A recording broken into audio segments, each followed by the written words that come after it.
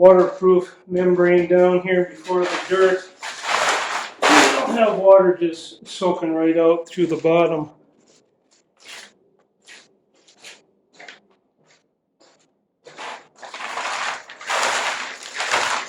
This is just roofing material.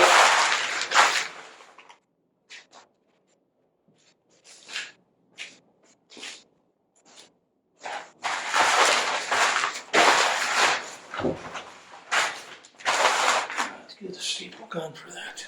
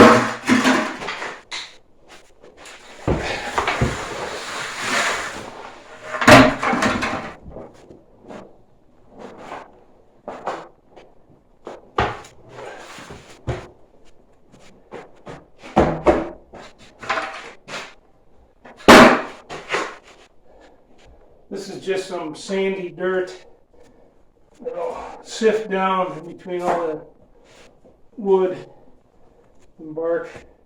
Then I'll fill it up to here with black dirt topsoil after this.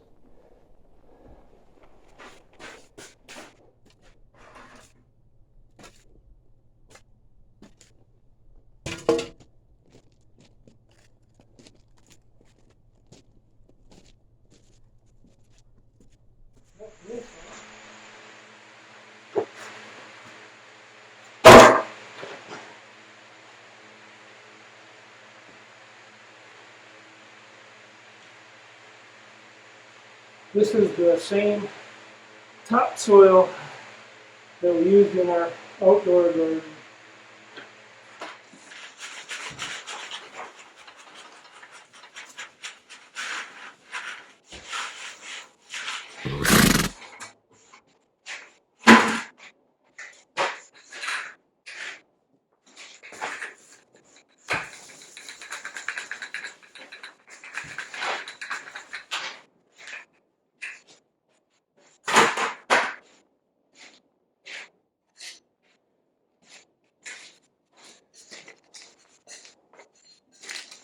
So I'm just going to work in some of that free donkey manure we got earlier.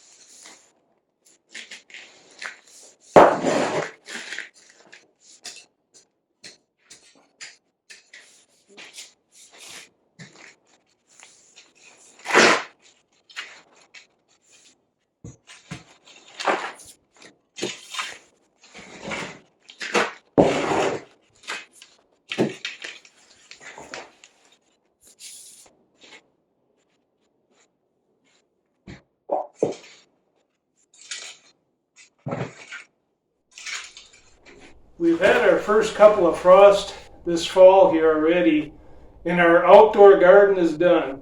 But we tried to salvage a few tomato plants and a pepper plant. Tomato plants look like they kind of had it, but they still need to ripen up. This one's wilting, this pepper is wilting, but it's starting to ripen up. This is starting to turn red. These are supposed to be red peppers. It looks like this one's starting to ripen up. So we picked everything out in our garden. We got it all laid out in shelves here to get it ripened up.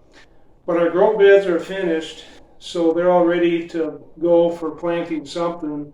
I think we're probably just going to stick with some root vegetables, or maybe some cold climate vegetables like lettuce and some spinach. I know we want to plant some more carrots and potatoes out here, so we'll try them pretty quick. And I also wanted to start some berry plants from seeds in here. Some blueberries and maybe some raspberries or something from seeds. But I also wanted to start some trees from seeds in here too, to see how they will grow over this winter, and maybe we can transplant them next spring. We did learn that over the summer in here, it gets too hot to try to grow stuff. Even with the window open, and I cut another opening on the end wall and put a fan in there, it'll still get too hot in here. It'll get over 100 degrees, and it just dries everything out. So we know if we want to grow something in here in the summertime, we're going to need a shade cloth or something to keep it cooler in here. Probably a shade cloth will take care of it. But for the wintertime, and right now it's not too bad, it still might get over 90 degrees. I got the windows and opening opened up. I'll probably turn a fan on later this afternoon to keep it cool. But this time of year, it's not overheating in here. How this deep winter greenhouse is going to work over the wintertime is still kind of unknown. I'm not sure what the conditions are going to be and how much heat we're going to need. I did make that hot water boiler, wood-fired hot water boiler. I don't have it hooked up yet. There's nothing real urgent about getting that hooked up. It still gets plenty warm in here. But eventually I'll hook that up in the next couple of months. And the thermal mass seems to be absorbing plenty of heat right now. I don't think it's ever gotten under 70 degrees yet. So everything's going to be kind of experimental over the winter here. There is a local deep winter greenhouse, but they don't seem to be using that much. It's a design that we looked at first. It was designed by the University of Minnesota, and we wanted to look at that first before we built this. But they don't seem to have much activity. I don't know if they had some management problems over there, but it doesn't seem to be in use that much. So we can't get much information from there. So everything we do is still going to be experimental because we don't have a whole lot to go by. This is built a little bit different than theirs. This is built in the ground. Theirs was above ground. So we'll see how everything goes this wintertime. I'll keep making updates. So please subscribe and keep checking in, and we'll let you know how things go.